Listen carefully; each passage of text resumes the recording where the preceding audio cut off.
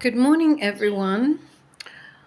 Being a teacher sometimes gives you a challenge of teaching adults the strategies of how to simplify the process of learning English grammar and how to actually start applying it right away in a correct way. So I've come across these issues multiple times when I was teaching adults how to learn English grammar, and I've decided to talk about this today. This post is called Mastering English Grammar and Simple Strategies for Clear Understanding and Effective Application. All right, so English grammar can feel like a maze of rules and exceptions. Many learners struggle to grasp it fully and apply it confidently, and everybody knows it. The key to mastering grammar lies in clear explanations and practical methods that make learning straightforward and useful from the start. Let's take a look at simple strategies to help you understand English grammar clearly and start using it effectively right away. Well, the first strategies that you can use with your students, or actually when students can use on their own, is to break grammar into small, manageable parts. Grammar can seem overwhelming when viewed as a whole. Instead of trying to learn everything at once, it's much better to divide it into smaller sections. You can focus on one topic at a time, such topics as parts of speech, for example, nouns, verbs, adjectives, adverbs, sentence structure, subject, predicate, objects, tenses, past, present, future, common sentence patterns, simple, compound, and complex. So you could master one piece before moving to the next. And this is how you build a strong foundation. You can start by understanding how verbs change with tense before actually tackling complex sentence structures. All right, the next strategy you can use is to use clear everyday examples. Grammar rules become easier to understand when paired with simple real-life examples. Instead of memorizing definitions, you can look at how grammar works in sentences that you use daily. For example, to explain the present continuous tense, you can use such sentences as she's reading a book or they are playing football.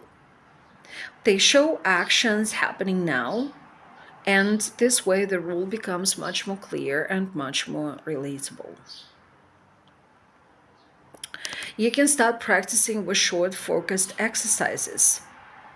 You can apply grammar rules immediately, and it helps reinforce learning. Use short exercises which focus on one grammar point at a time. For example, after learning about subject verb agreement, try filling in blanks with the correct verb form. The dog runs, give them an option, fast. Or they are happy. So such practice can definitely build confidence and help you spot mistakes in your own writing or speaking. You should definitely use visual aids which make grammar concrete. Visual looks like charts, tables, diagrams can clarify grammar concepts. For example, a simple table showing verb conjugations across tenses helps learners see patterns clearly. Visual aids reduce confusion, make abstract rules easier to remember. You should definitely learn grammar through context. Grammar is not just about rules, it's about how language works in real communication. So, reading and listening to English in context helps you see grammar naturally. You should choose materials like short stories, dialogues, news, articles. So, grammar should not be learned in isolation. It should be learned in a text. While reading short stories or dialogues or new articles, you should notice how grammar structures appear and function. Appear and function. For example, look at how questions are formed or how past tense verbs tell a story. That should definitely give you a good practice. Use simple grammar terms. Avoid complicated grammar jargon that can confuse learners. Use everyday language to explain terms instead of present perfect continuous. Say actions that started in the past and are still happening. This approach makes grammar accessible and less intimidating. You should encourage speaking and writing practice. Grammar improves fastest when you use it actively, so try these activities. Write short paragraphs using new grammar points. Speak with a partner or record yourself using target structures. Correct your own sentences by comparing them to examples. Common grammar challenges and how to overcome them. So, some grammar points often cause trouble to students and to teachers as well.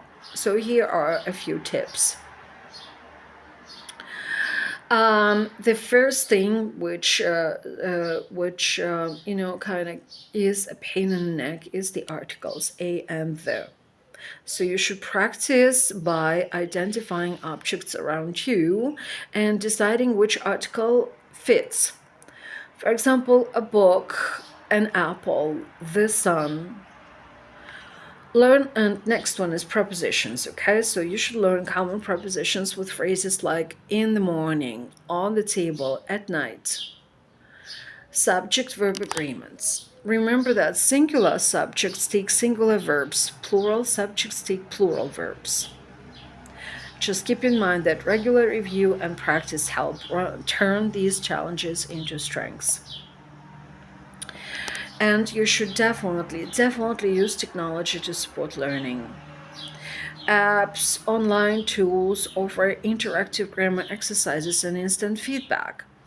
Some popular options include Duolingo, Grammarly, Khan Academy Grammar, but you should not limit yourself just to the websites. You should definitely use all artificial intelligence tools which are offered right now. You can have a lively conversation with a ChatGPT, Gemini, and some other AI platforms, and in these conversations, your mistakes can actually be noticed by AI, corrected at the same time. So that's why you can definitely get much better practice and remember this for a longer period of time. But when it comes to psychological aspect of learning English grammar, you should understand that you definitely should have a lot of patience and stay consistent. Grammar doesn't come easy. It's a process in which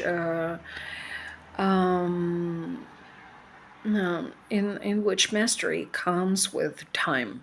So if you rush or if you try to learn everything at once in one go, it doesn't work this way. So you should definitely set small goals, like learning one new grammar rule each day. And you should definitely review it regularly because if you not use it, you lose it. Not all grammar rules can be applied and used at the same time. So you should definitely come back and revise it from time to time. The reviewing keeps your skills sharp.